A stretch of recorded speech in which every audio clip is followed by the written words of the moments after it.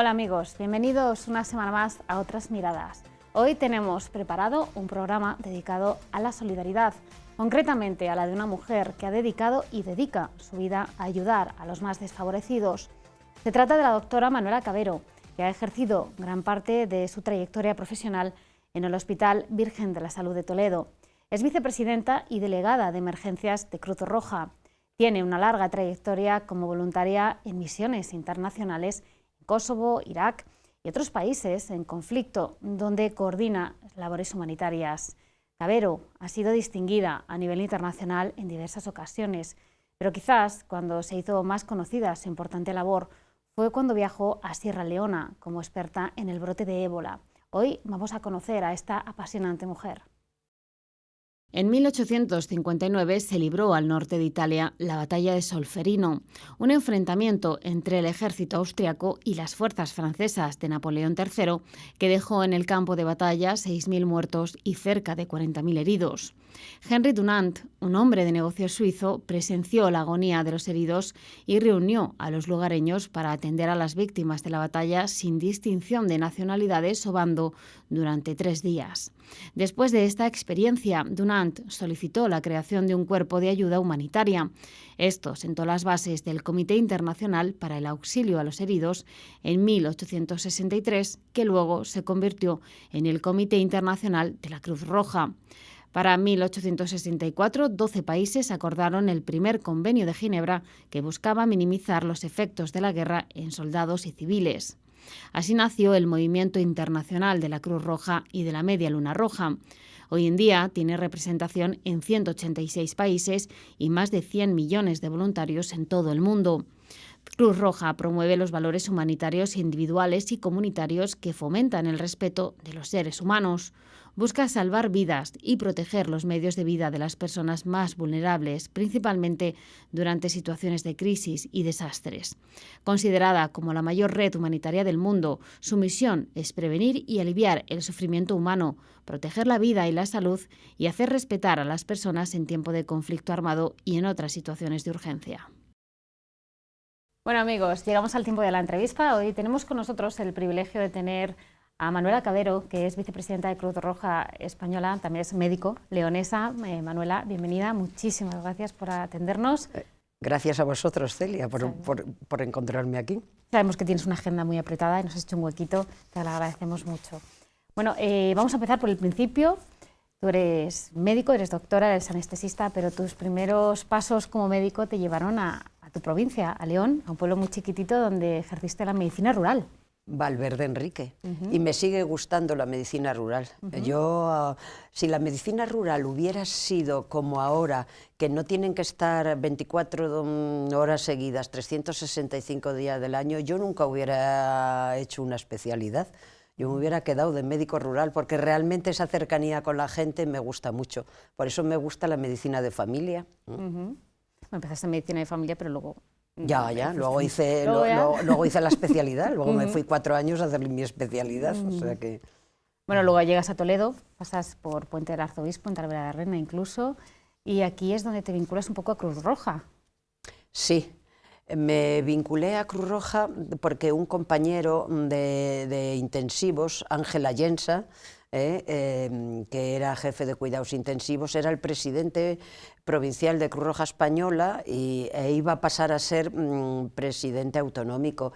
Y entonces yo acababa de llegar de la guerra de Bosnia. O sea, es porque estoy aquí justo cuando se firmó la paz de Dayton, estoy en Cruz Roja, en el año 95 exactamente. Por ejemplo, buena noticia la que he oído hoy del Tribunal Penal Internacional.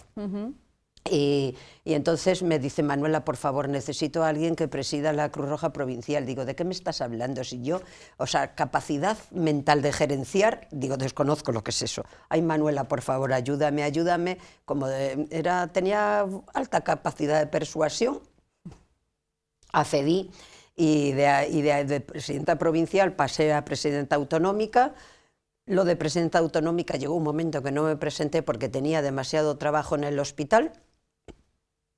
Pero aquí sigo, porque ya siendo presidenta autonómica era vicepresidenta nacional ser vicepresidenta nacional no es un cargo electo en Cruz Roja, es una nominación a dedo por el presidente nacional, y los dos presidentes nacionales me han tenido de vicepresidenta. Por algo será. No lo sé. Bueno, has viajado por todos muchísimos sitios en el mundo, has estado en Irak, en Bosnia, en Kosovo, de la mano de Cruz Roja y de médicos del mundo. Y de médicos del mundo, sí. ¿Qué te hace volver a estos sitios? Bueno, eso es una pregunta que todos los cooperantes, todos los que han estado de cooperantes alguna vez te van a contestar lo mismo. Una vez que pruebas, repites. La causa es muy sencilla, o sea, tú recibes muchísimo más de lo que das, o sea, partiendo, que eso además nos lo incrustan en Cruz Roja como tallado, clink, clink, clink, realmente nosotros no somos los protagonistas de nada, los protagonistas son la gente a la que intentamos ayudar, pero los protagonistas son ellos. Mira, nunca nosotros conoceremos su situación como la conocen ellos. Son tan capaces como nosotros o más de saber cuáles son las causas de la situación en la que se encuentran. Lo que pasa que viven una situación, bien sea por catástrofe, por guerra y por otras circunstancias tan grave, que supera la capacidad de los individuos, desde luego, la capacidad de sus comunidades y la capacidad de sus propios estados para hacerle frente. O sea, que nosotros humildemente vamos a intentar echar una mano, pero con las directrices que siempre nos den ellos, porque son a los que realmente hay que escuchar. Sí, es verdad, tampoco puedes entrar en un país en conflicto de cualquier manera. Claro. Nunca. Bueno, siempre el daño colateral de estos conflictos armados suele ser pues, la crisis de los refugiados. Hace poquito acabas de volver de Grecia, también hay una grave crisis de refugiados allí. ¿Cómo has visto la situación? Muy preocupante, porque yo he hecho 2 misiones en Grecia, una en 2 meses en la isla de Samos, que lo recibíamos directamente a los refugiados según pasaban desde la costa turca, porque está pegada, la isla está pegada a la costa, y teníamos la unidad de salud en el mismo puerto de Samos. Y bueno, venían pues helados de frío, con accesos, con patologías agudas, pero a pesar de todo eso venían esperanzados. Ahora tenemos 2 unidades en el continente, en Grecia, pero ya en el continente, no en las islas, una en Rifsona y otra en Escaramagas, que está al lado del puerto del Pireo, en la misma Atenas, y eso se ha convertido en, pues, médicamente más fácil, porque es como un centro de salud nuestro, o sea, donde, bueno, pues ves pacientes crónicos, diabéticos, pacientes cardiópatas, pacientes hipertensos, pero pacientes desesperanzados. O sea, esa es la gran diferencia de cuando pasaron a las islas a ahora que están inmovilizados en el continente. Se supone que en Grecia hay alrededor de 50.000 personas ahora mismo en el continente, pero sin posibilidad de movilización ni hacia atrás ni hacia adelante. Eso crea una desesperación en la gente. Hace poco un refugiado me mandó, tiene una lesión capilar, que para él es importante, puesto que es un chaval iraquí de 22 años, y me daba un grito desesperado que qué podía hacer con él, y le tienes que decir, él escribía en un inglés bastante precario y por miedo a que no me entendiera se lo mandé a una intérprete nuestra, de las nuestras de árabe, y se lo pasó. Y digo, mira, es que es una situación en la que podemos hacer muy poco para que tú te puedas movilizar del campo de Rifsona, que es donde estás. Ojalá pudiéramos. Digo, todas las directrices emanan de una política, respecto a refugiados, emanan de una política europea común, y es muy poco lo que podemos hacer para que vosotros os podáis movilizar de ahí. O sea, están absolutamente desesperanzados, que es lo peor que puede estar. Y todavía recuerdo un periodista joven, en este caso sirio, y su mujer muy jovencita, que tenían un niño precioso, pequeñito, y un bebé, y como ella iba adelgazando día a día, pero porque le consumía la situación de estar ahí en tierra de nadie. La crisis de los refugiados es a lo mejor uno de los más graves problemas que puede tener Europa en este momento. ¿Hay luz al final del túnel para acabar con esto? Pues debería haberlo. Quiero decirte que los países de Europa, respecto a refugiados, hemos firmado dos convenios importantes, uno en Ginebra y otro en Nueva York, y nadie nos ha obligado a firmarlos. A ningún gobierno de los que ahora mismo conformamos Europa nos obligó a firmar esos convenios. Esos convenios los han firmado nuestros estados. Deberían cumplir aquello que firmaron voluntariamente. Yo sé que es un problema grave, o sea, sé que no es de fácil solución y que incluso políticamente pues a la señora Merkel le está costando la gobernanza del país. ¿Para qué nos vamos a engañar? Pero es absolutamente, o sea, dentro de mi mente es como si se me diera la vuelta a la cabeza a pensar que un montón de gente refugiada está ahí sin poder moverse para ningún sitio y sin que realmente los países ricos hagamos nada por remediar esta situación. Esta situación, antes de que yo estuviera trabajando en la isla de Samos, yo la viví en Líbano. O sea, bueno, esa es otra, comparado con los refugiados que hay en Líbano, en Turquía, en el propio Irak, aunque también tengamos refugiados iraquíes de la zona del Daesh. Comparado, nosotros no tenemos nada. O sea, quiero decir que el Líbano, que es un país que no llega a 5 millones de habitantes, que ya en el primer año de guerra le entraran 1,5 millones de refugiados, es como si en este país nos hubieran entrado en un año 13 millones de refugiados. Y eso lo está viviendo Líbano. Y yo estuve viendo esos refugiados sirios en Líbano y me quedé asustada de las precarias condiciones en las que estaban viviendo, porque además es que el Líbano no se puede permitir otra cosa, o sea, pero realmente en este sentido están siendo, iba a decir por lo menos, no, están siendo más solidarios que lo que estamos siendo Europa. Bueno, a lo mejor tenemos que aprender. No tengo la solución. Tal vez nos creemos que somos el primer mundo, a lo mejor tendríamos que aprender mucho de todos ellos. Bueno, el foco internacional hace unos años se centró en Sierra Leona con esa crisis del ébola. Tú estuviste allí 2 veces en 2 misiones. ¿Cómo se vive una crisis sanitaria tan grave? Eso, vamos a ver, eso es una tragedia difícil de describir por lo que supone para esas comunidades el tener un solo paciente de ébola dentro de ellos. O sea, el estigma del ébola ha hecho que incluso los trabajadores locales nuestros, o sea, en los 2 hospitales de Cruz Roja de Sierra Leona los hizo Cruz Roja Española, por mandato de Cruz Roja Internacional, porque nosotros habíamos hecho el primero, lo hicimos bien, en Kenema, y luego nos mandaron construir otro en Kono. Entonces, incluso los trabajadores locales que estaban con nosotros, los enfermeros locales, pues muchos de sus familias ni siquiera sabían que estaban trabajando en un hospital de ébola por el estigma que esto conlleva. El estigma también los veíamos en los pacientes que afortunadamente salían de la situación y les dábamos el alta. Algunos de ellos eran imposible volverlos a mandar a sus comunidades. Eso es un trabajo, se hacía trabajo paralelo con la Cruz Roja de Sierra Leona, que no tenían medios suficientes, pero sí se les dio por parte de Cruz Roja Internacional los medios y el entrenamiento para tratar los cadáveres y para tratar las situaciones de crisis en la comunidad. Tenías que ir con ellos, hablar con ir de la mano de los jefes de comunidad y de las manos de sus matronas para que entendieran cuál era la situación, para que entendieran que una persona que estaba curada de ébola no podía contagiar a nadie, para que entendieran también, y así lo entendió el gobierno de Sierra Leona, reunido con Médicos Sin Fronteras y con nosotros, para decir que no se podía tocar un cadáver en una comunidad. La costumbre que tienen ellos de estarlos lavando, tocando continuamente, que se muriera alguien de lo que se muriera, se les dejó un teléfono y se les dejó que tendrían que llamar a un determinado sitio para eso.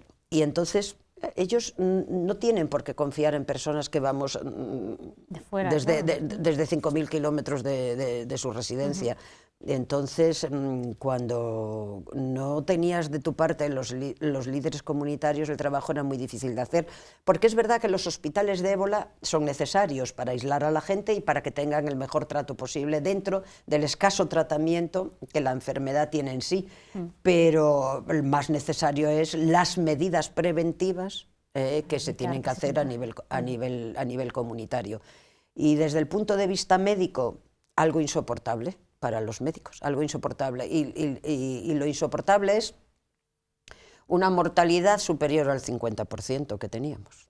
Eso tampoco para un médico en cualquier circunstancia, no estamos preparados para esa mortalidad, ni muchísimo menos.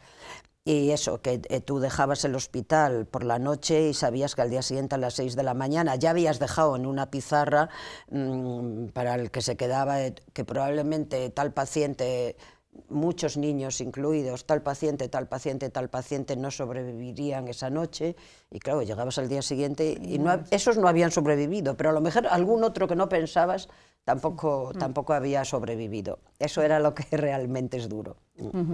Una crisis, la de ébola, obviamente es muy gravísima, pero también esto nos tocó de cerca porque tuvimos aquí personas que intentando atender a otras personas fueron contagiadas, efectivamente. Pero también hay otros casos que a lo mejor no se les pone tanta atención con la malaria. La malaria en África mata a muchísimas personas a muchísimas más. Bueno, afortunadamente, como le diría Pedro Alonso, el mayor investigador sobre malaria que existe, pues realmente se ha conseguido disminuir muchísimo en los últimos 5 años la mortalidad por malaria, pero no cabe duda de que sigue, si no deja 1 millón de muertos como dejaba antes, pero menos de 400.000 tampoco creo que deje, no me lo sé, pero aproximadamente, y además de que produce otra cosa.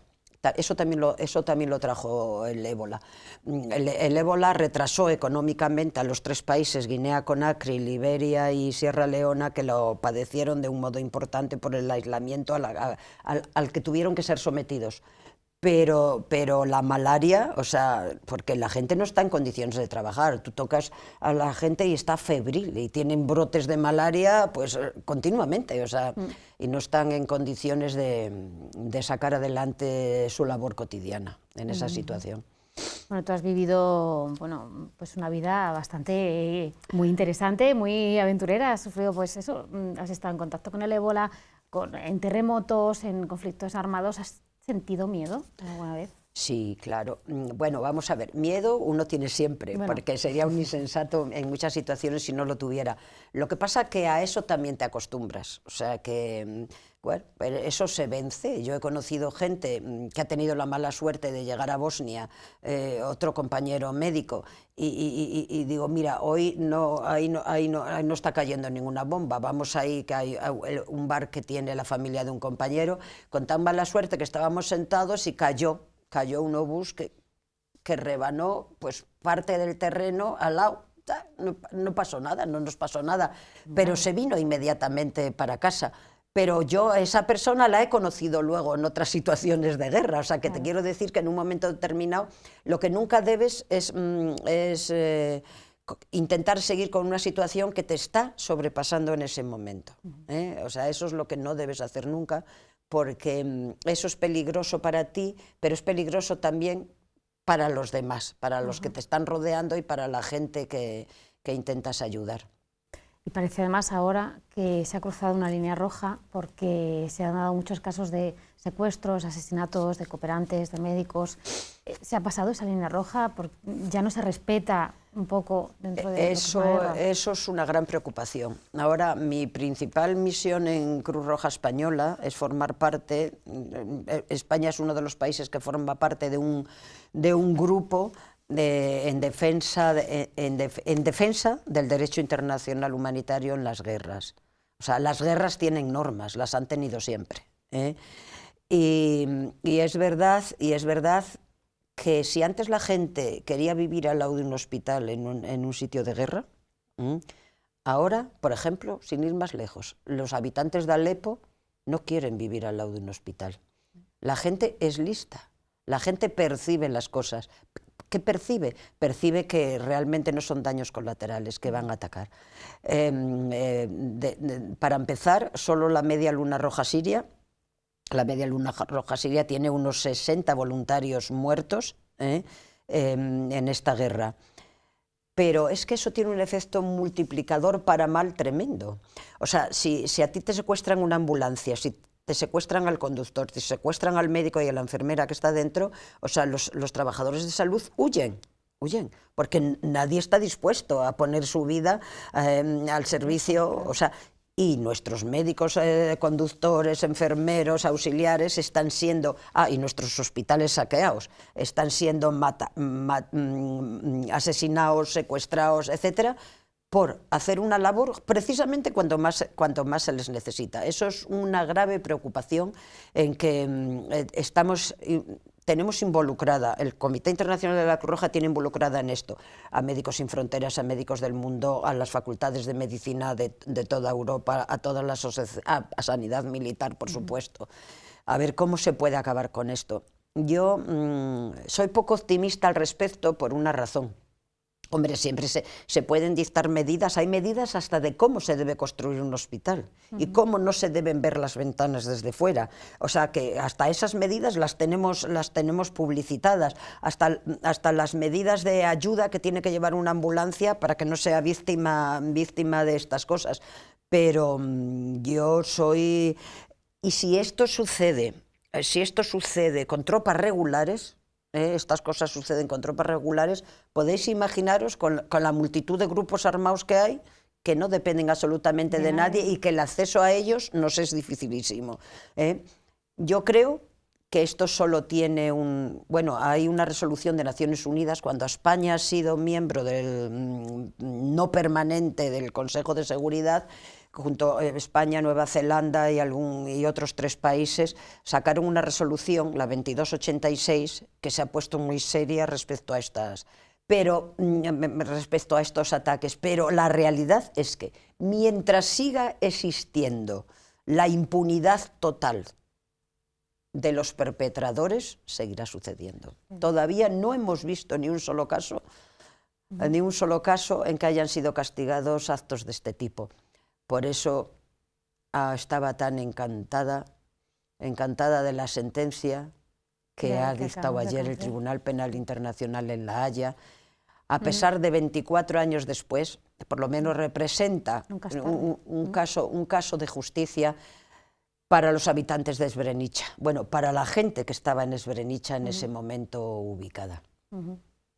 Tenemos, los medios de comunicación siempre nos hablan de Siria, de Alepo, como decías, de refugiados, pero también hay sitios olvidados. Está Nigeria, Malí, Sudán, que hay conflictos armados abiertos y no se conoce. Mira, nosotros sí que tenemos claro, y de hecho de vez en cuando hacemos las campañas sobre los conflictos olvidados. La situación de Nigeria en el noreste, la situación de Mali en el mismo sitio, en el noreste, la situación de Sudán del Sur es espeluznante. Es tan espeluznante, o sea, que nadie se atreve ni siquiera a entrar ahí. Las Naciones Unidas, los cascos de Naciones Unidas ni siquiera han podido proteger determinadas situaciones en Sudán. Por cierto, hace una semana han salido 3 magníficos artículos en El Mundo de Sudán, de Alberto Rojas, no sé si los has leído, que describe muy bien la situación. Y bueno, hasta nosotros nos cuesta trabajo encontrar delegados, o sea, no de emergencia, sino delegados fijos para atender determinadas zonas. Los acabamos encontrando porque hay mucha gente por el mundo con una vocación importante de servicio en estas situaciones. Pero es duro la situación, y la hambruna, que no se da cuenta la gente de que en Sudán del Sur ahora mismo hay auténtica hambruna. Me parece mentira que aquí, pues eso, tirando comida a diario... Sí. O incluso desperdiciando los medicamentos, porque es verdad que las personas que tenemos hijos a lo mejor ponemos el grito en el cielo porque hay desabastecimiento de una vacuna para un hijo y hay gente que se muere porque no tiene una simple pastilla para curarse. Efectivamente, eso... Se vive con impotencia. Pero además no tienen médicos, no tienen... Bueno, la escasez de médicos en África, incluso en las zonas que no están en conflicto, es... pero alucinante. O sea, tienen a lo mejor un médico por cada 5.000 habitantes, o por cada... Bueno, una cosa, o menos quizá. Mira, en la crisis del ébola, uno de los médicos que más conocía el problema del ébola en el mundo, un africano, murió de ébola, por cierto, al principio de la crisis. Y bueno, ¿y qué puede hacer? Yo siempre he pensado que la comunidad internacional puede hacer algo por Mali, por Nigeria. En este momento yo creo que es más urgente la situación de Sudán del Sur que la de Mali y Nigeria, aunque es muy difícil comparar desastres en determinadas situaciones. Además, es que la gente que está pasando ahora mismo... ¿Cuál es el país que tiene frontera abajo? Yo creo que Ruanda, no me acuerdo, Sudán del Sur. Que los países aledaños donde esta gente se puede refugiar, ahí están en campos tirados sin que, curiosamente, el Estado los provee, el Estado de ese país muy pobre también los está proveyendo, pero de lo que puede, y de lo que puede es escaso para las necesidades que se avecinan. A nivel personal, también, toda esta trayectoria que has conocido lo peor de la raza humana, en muchos sitios, ¿cómo te ha cambiado la vida? Bueno, te la cambia porque relativizas todo. Todas tus necesidades las acabas relativizando. Mira, al principio de la guerra de Bosnia, los gerentes de mi hospital decían: oye, Manuela, ¿no te puedes ir más tiempo? Bueno, y que eso que nos íbamos con nuestras vacaciones, que hasta el año 96 no teníamos ningún permiso para esto. Digo, ¿y eso por qué? Dice: hija mía, porque por lo menos estás un año calladita y no estás pidiendo respiradores de 8 millones de pesetas, las antiguas pesetas, entonces hablábamos en pesetas. Dice, ni estás pidiendo eso, ni estás pidiendo monitores de un precio estrepitoso, y dice, ni líneas arteriales, ni nada de esas cosas. Digo, pues sí, la verdad es que allí había que trabajar con escasos medios y a todo se habitúa uno, o sea, para sacar las situaciones adelante, ¿no? Entonces relativizas todo y muchas veces cuando tú te encuentras, dices, ¡ay, qué follón de vida tengo! Ayer tuve que no sé qué, luego mi sobrino le pasa esto.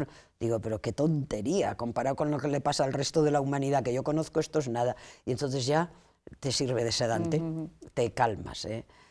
Y ves, es verdad, esto, el mundo está estropeado, digamos. Mafalda lo expresaría así, probablemente. El mundo está estropeado. Pero es verdad que sí que se han conseguido muchísimos avances en el mundo respecto a hace 15 años. ¿Esos avances dónde están? Están en la mortalidad infantil, están fundamentalmente en el acceso al agua sana y segura de un montón de gente. Pero claro, comparado con lo que queda sin hacer, es lo mismo que yo decía cuando venía de la guerra de Irak. Digo, vamos a ver. Digo, para 89 pacientes que hemos tratado, o sea, digo, pues la verdad es que con lo que estaba cayendo allí es una aguja en un pajar. Lo que pasa es que esa aguja en un pajar es necesaria. Entre otras cosas también para que la gente de la otra punta del mundo sepa que hay alguien muy lejano a ellos que les interesa su situación, que saben por lo que están pasando. O sea, aunque solo sea que sirva para elevar un mínimo la moral de la situación de la gente que está en esas catástrofes. Bueno, yo, Manuela, con tu permiso me voy a quedar con una frase tuya que te he escuchado, que es maravillosa para mí. Dices que tu trabajo es un deber moral ineludible para que los desfavorecidos sepan que no están solos. Exacto, es que eso es. Uy, qué resumen maravilloso, como se nota que eres periodista y yo, ¿no? El resumen es maravilloso, pues el resumen es que es perfecto el que has hecho, me encanta. Pues porque frase tuya. Pues es lo que quería decir exactamente, solo que tú lo has expresado mucho mejor. Bueno, pues muchísimas gracias por habernos acompañado en este ratito. Gracias por vosotros, porque a través de mí y de otra mucha gente que invitáis, dais voz a las que en este momento no la tienen, y eso es importantísimo. Muchísimas gracias. Gracias a vosotros. Bueno, amigos, y hasta aquí el programa de hoy. Nos vemos la semana que viene.